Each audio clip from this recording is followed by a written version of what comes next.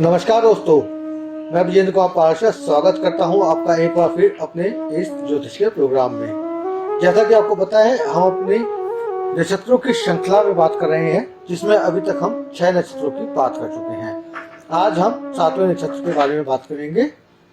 तो 7वां नक्षत्र होता है हमारा पुनर्वसु नक्षत्र। वैदिक ज्योतिष के अनुसार पुनर्वसु नक्षत्र का स्वामी ग्रह गुरु है। यह तरकश की तरह दिखाई देता है। इस नक्षत्र के देव अदिति हैं, जो कि देवताओं की माता भी हैं। यदि आप पुनर्वसु नक्षत्र से संबंध रखते हैं तो उससे जुड़ी अनेक जानकारियां, जैसे व्यक्तिगत विशेषताएं, शिक्षा, आय, व्यवसाय तथा पारिवारिक जीवन आदि के बारे में आप यहाँ से जानकारी प्राप्त कर सकते हैं।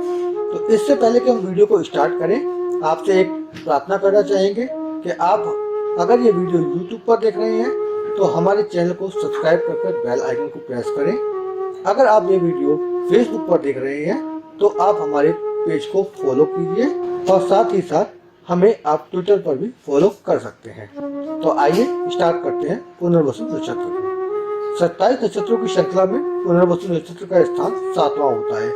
वचक्र में 28 डिग्री से लेकर 94 डिग्री 20 मिनट तक के विस्तार क्षेत्र को पुनर्वसु नक्षत्र कहते हैं। पुनर्वसु नक्षत्र का अधिष्ठाता देवता अदिति हैं। अदिति सभी देवताओं की माता है।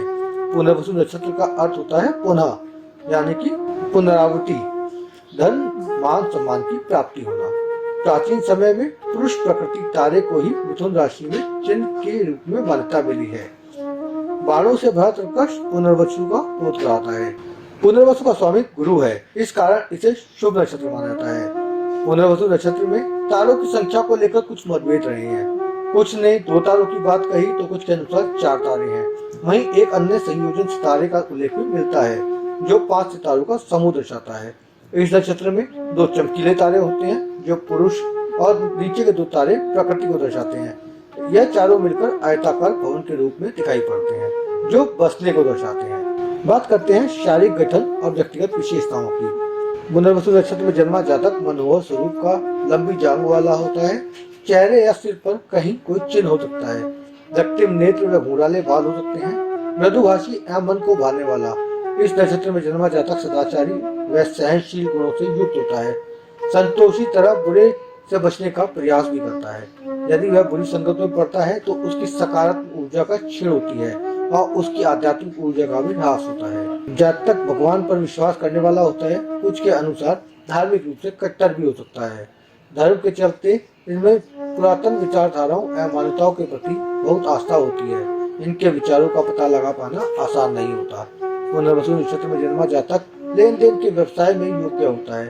पुनर्वसु नक्षत्र वैश्य जाति का नक्षत्र है। इस कारण जातक कुशल रूप से वणिक अर्थात व्यवसायी के कार्य को करता है। व्यर्थ के जोखिम को उठाने से बचता है। सुरक्षा एवं सुरक्षित पूर्ण उपायों को अधिक महत्व देता है। जातक धर्म के मार्ग पर दृढ़ता से आगे बढ़ता है। पर अगर कहीं नक्षत्र पाप पीड़ित हो तो ऐसी स्थिति में जातक आलसी आक्रमण्य बनता है। जातक डरपोक भी हो सकता है।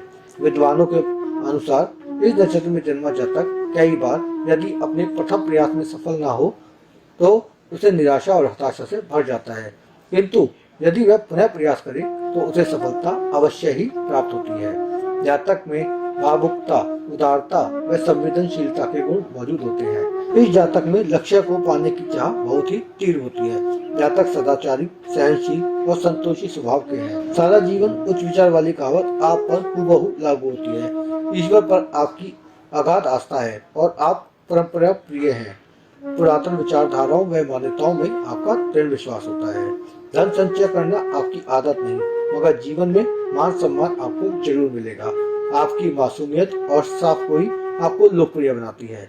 जरूरतमंदों की सहायता के लिए आप हमेशा खड़े रहेंगे। अवैध या अनैतिक कार्यों को आप जमकर विरोध करते हैं। बुरे विचार और बुरे लोगों की संगति से तो आप कोसों दूर रहते हैं, क्योंकि ऐसे लोगों से मित्रता आपके आध्यात्मिक विकास में बाधा डालती है।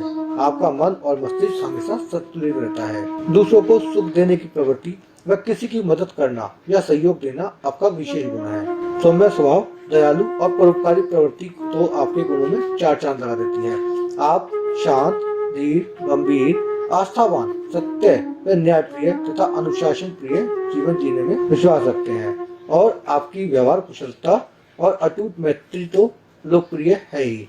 व्यर्थ के जोखिम उठाने से आप हमेशा बचते हैं। अगर कोई मुसीबत या समस्या आपके सामने आती है तो यह ईश्वरीय कृपा से जल्दी दूर हो जाती है।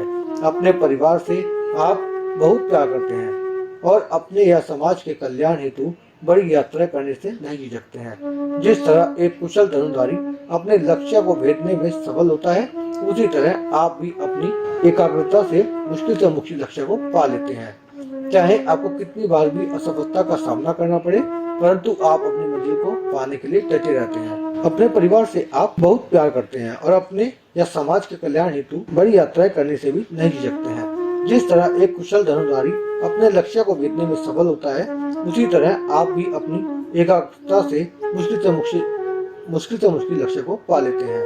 चाहे आपको कितनी बार भी असफलता का सामना करना पड़े, परंतु आप अपनी मंजिल को पाने के लिए डटे रहते हैं। आप बहुमुखी प्रतिभा के धनी हैं और हर काम को बड़े सलीके से पूरा करते हैं, इसलिए किसी भी क्षेत्र में सफल हो सकते हैं।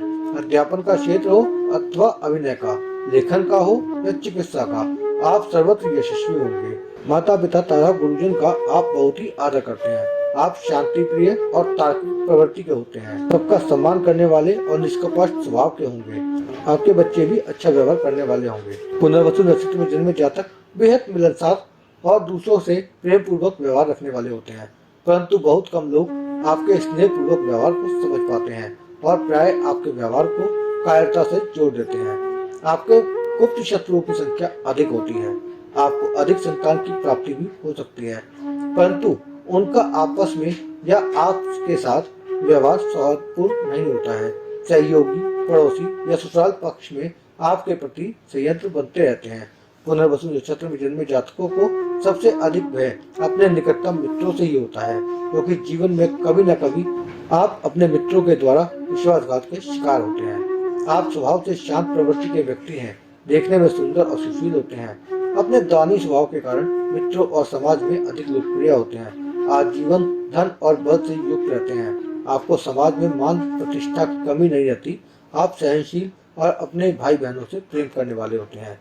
ईश्वर में पूर्ण आस्था एवं लोक परलोक का विचार सदैव आपके मन में रहता है, इसलिए आप सदा ही सात्विक आचरण का समर्थन करते हैं। बात करते हैं पारिवारिक जीवन की। जातक माता पिता का आज्ञाकारी होता है और गुरुओं और शिक्षकों का खूब सम्मान भी करता है। वे बड़े बूढ़ों का भी सम्मान करने वाले होते हैं। बच्चों और परिवार की देखभाल करने में भी निपुण होंगे। वैवाहिक जीवन अच्छा नहीं होता। आपके वैवाहिक जीवन में कुछ समस्याएं रह सकती हैं। जातक का दूसरा विवाह भी हो सकता है अथवा तलाक की परिस्थिति का सामना भी करना पड़ सकता है। अतः यदि आप जीवन साथी से तालमेल बनाकर चलें तो उत्तम हो। जातक को जीवन साथी के स्वास्थ्य को लेकर मानसिक चिंताएं बनी रह सकती हैं। खासकर जीवन साथी को मानसिक व स्वास्थ्य संबंधी समस्याएं परेशान कर सकती हैं, परंतु उनमें अच्छे गुण भी कूट कर भरे रहते हैं।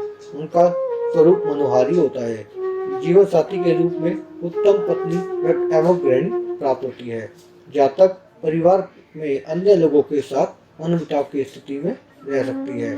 पारिवारिक उलझनों के चलते मानसिक रूप से बीमार भी रह सकता है। पति मनोहर रूप वाला होता है। जातक को संतान का सुख भी प्राप्त होता है। बात करते हैं स्वास्थ्य की। जैसा कि आपको पता है, यह 7वां नक्षत्र है और इसका स्वामी ग्रह बृहस्पति है।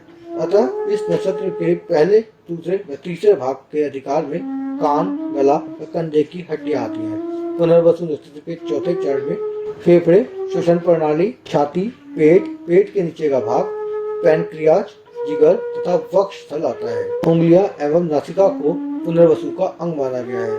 जब यह नक्षत्र पीड़ित होता है तब इस नक्षत्र संबंधित भागों में बीमारी होने की संभावनाएं बनती हैं। जातक को कोई गंभीर स्वास्थ्य संबंधी समस्या परेशान नहीं करती, परंतु छोटी छोटी बीमारियां अधिक परेशान करती हैं। जातक को पीलिया, क्षय रोग, निमोनिया, कान या पेट से संबंधित बीमारियां परेशान कर सकती हैं। जो ज्यादातर संभावित रोग जिन्हें हम कहेंगे उसमें खांसी, निमोनिया, सूजन, फेफड़ों में दर्द, कान से संबंधित रोग हो सकते हैं। बात करते हैं शिक्षा और आय की। आप शिक्षक, लेखक, अभिनेता, चिकित्सा आदि के रूप में नाम और मान अर्जित कर सकते हैं।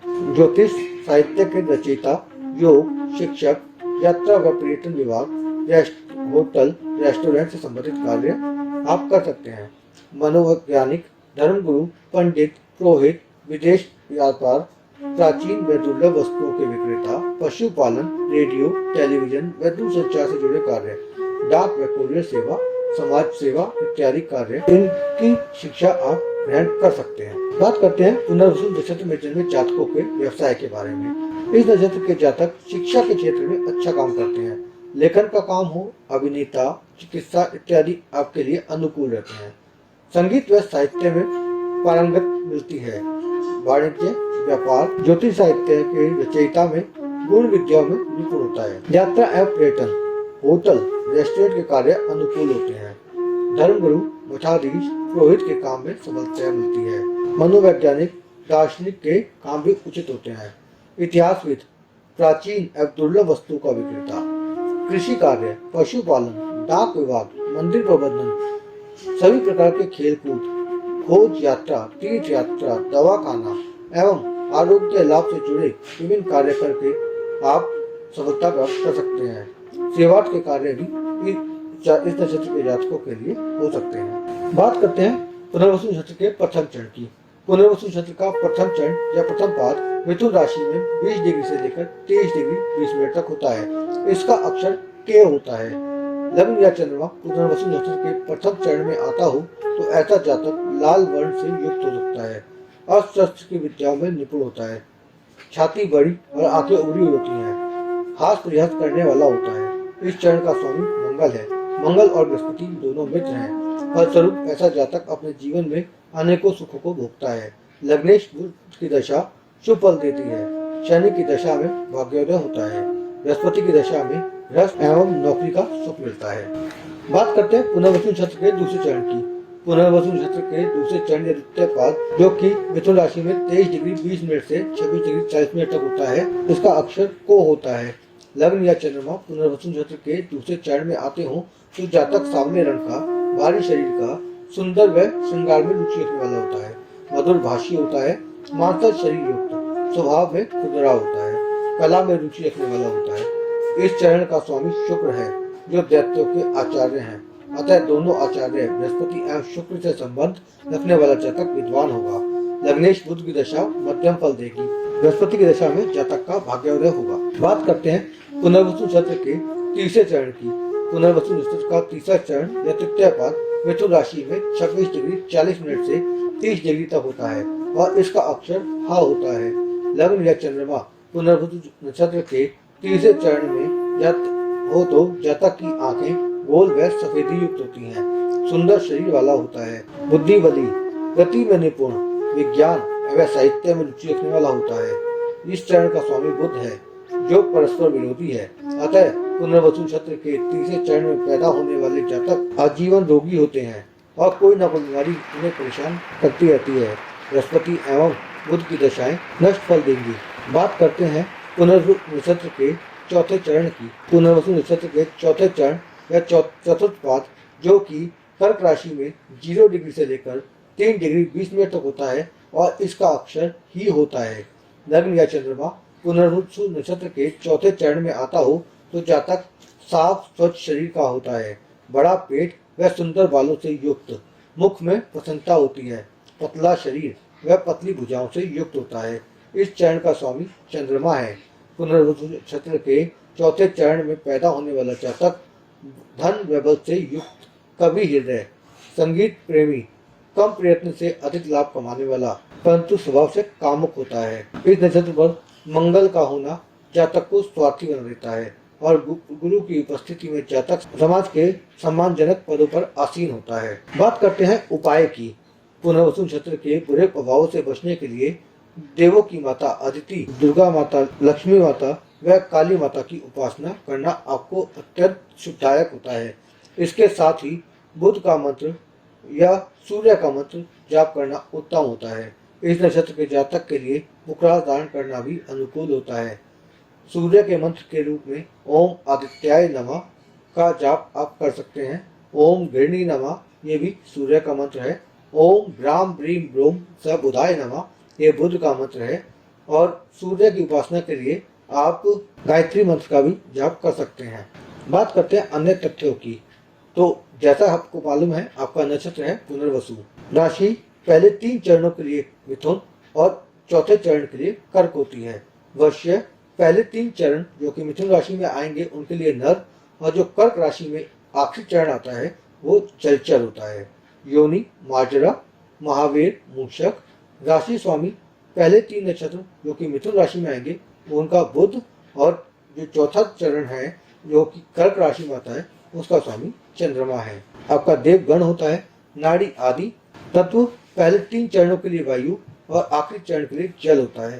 स्वभाव संज्ञा चर, नक्षत्र देवता अदिति, पंचशला वैद, मूल। तो दोस्तों ये हमने संपूर्ण जानकारी ली पुनर्वसु नक्षत्र के बारे में। आपके लिए मैं एक बात कहना चाहूंगा कि जब भी अगर आप किसी कार्य में असफल होते हैं तो आप उस कार्य को अधूरा न छोड़ें, उससे हताश ना हो। आप एक बार पुनः प्रयास करें, जैसा कि आपके नक्षत्र के नाम में ही है पुनर, यानी कि पुनरावृत्ति। आपको दोबारा होना, यानी कि पहली बार में अगर सफलता नहीं मिलती है तो दूसरी बार में सफलता आपको अवश्य ही प्राप्त होगी। तो आप पहली बार की असफलता से हताश ना होकर अपने दूसरे प्रयास के लिए हमेशा प्रयत्नशील रहें। ये आपकी सफलता का मूल मंत्र हो सकता है।